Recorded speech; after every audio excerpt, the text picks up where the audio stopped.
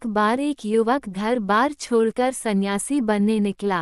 वह समझ चुका था कि जीवन में कोई अपना नहीं है, अपने भी मतलब के ही है। उसने सोचा, अब केवल ईश्वर का सहारा है। यही सोच वह घर से निकल पड़ा। बनारस में गंगा किनारे बहुत से छोटे बड़े साधुओं के आश्रम थे। वही एक आश्रम में रहने लगा। भगवान के प्रति उसका विश्वास अटूट था।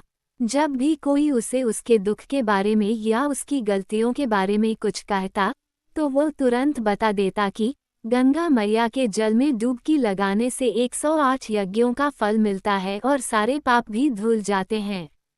राम नाम जपने से सारे पाप धुल जाते हैं, सारे कष्ट मिट जाते हैं। भोले बाबा है ना, मेरी नया पार लगा देंगे। इतनी श्रद्धा भक्ति के बाद भी वह अभी सन्यासी बनने के लिए परिपक्व नहीं था। उसे आज भी इंद्रिय आसक्ति थी। बनारस में उसका कोई घर परिवार तो था नहीं। उसने इंद्रियों पर विजय भी प्राप्त नहीं की थी। जब भी उसे इंद्रिय आसक्ति सताती, वो वैश्यागमन करता। वैश्यागमन के उपरांत गंगा मैया के जल में डुबकी लगा लेता। धीरे धीरे उसके आश्रम में तथा बगल के आश्रमों में भी उसकी चर्चा होने लगी। एक दिन एक परिपक्व सन्यासी ने उसे युवक के हित में उससे कहा कि भाई, या तो तुम अपने सांसारिक जीवन में लौट जाओ या नहीं तो अपनी इंद्रियों पर विजय प्राप्त करो।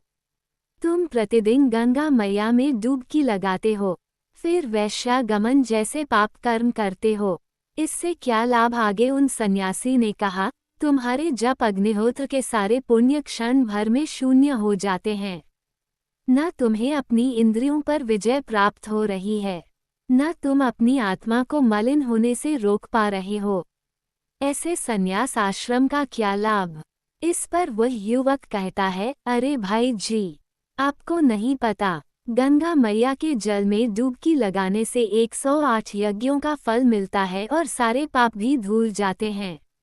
मैं तो केवल एक ही पाप करता हूँ, वही मैं प्रतिदिन गंगा मैया में 2 बार डुबकी लगाता हूँ। फिर मैं पापी कहाँ से हुआ? ये कहकर हंसता हुआ चला गया।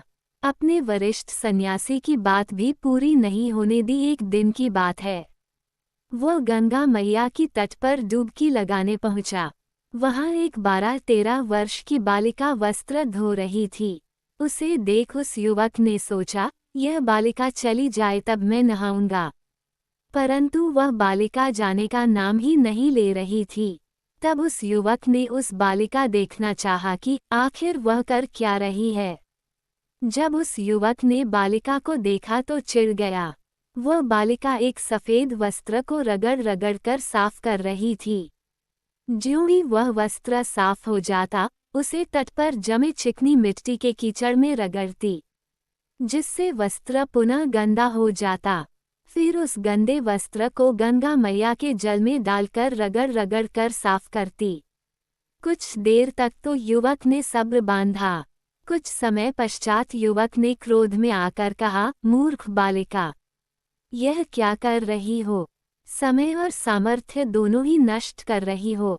यदि इस कपड़े को गंदा ही करना है तो साफ क्यों करती हो, और यदि इसे साफ ही करना है तो पुनः कीचड़ में क्यों डालकर रगड़ती हो? ये सुनते ही वह बालिका एक स्त्री में परिवर्तित हो गई। फिर क्रोध से भरी उन महिला ने जोर से बोला, अरे मूर्ख, यही तो मैं तुझे समझ रही हूँ कि तू अपना समय और सामर्थ्य दोनों नष्ट कर रहा है। यदि तुझे पाप कर्म ही करने हैं तो आकर मेरे स्वच्छ जल में उन्हें धोता क्यों है? यदि मेरे स्वच्छ जल में सारे पाप कर्म धो देता है तो फिर पुनः जाकर पाप कर्म करता क्यों है?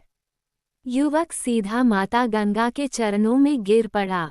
रोता हुआ बोला, माता, मुझसे गलती हो गई, मुझे क्षमा कर दो। अब मैं जिस पाप को धो दूंगा उसे पुनः नहीं दोहराऊंगा। फिर माता ने उसे सही रास्ते पर लाने के लिए कहा, सुनो बालक, मैं तेरी डुबकी पर तेरे पाप धुल दूंगी, परंतु जानबूझकर तूने यदि अपने इंद्रिय सुख के लिए वही पाप कर्म फिर से किए तो तुझे अपने ही जल में समाधि दे दूंगी। ये कह गंगा मैया अंतर्ध्यान हो गईं।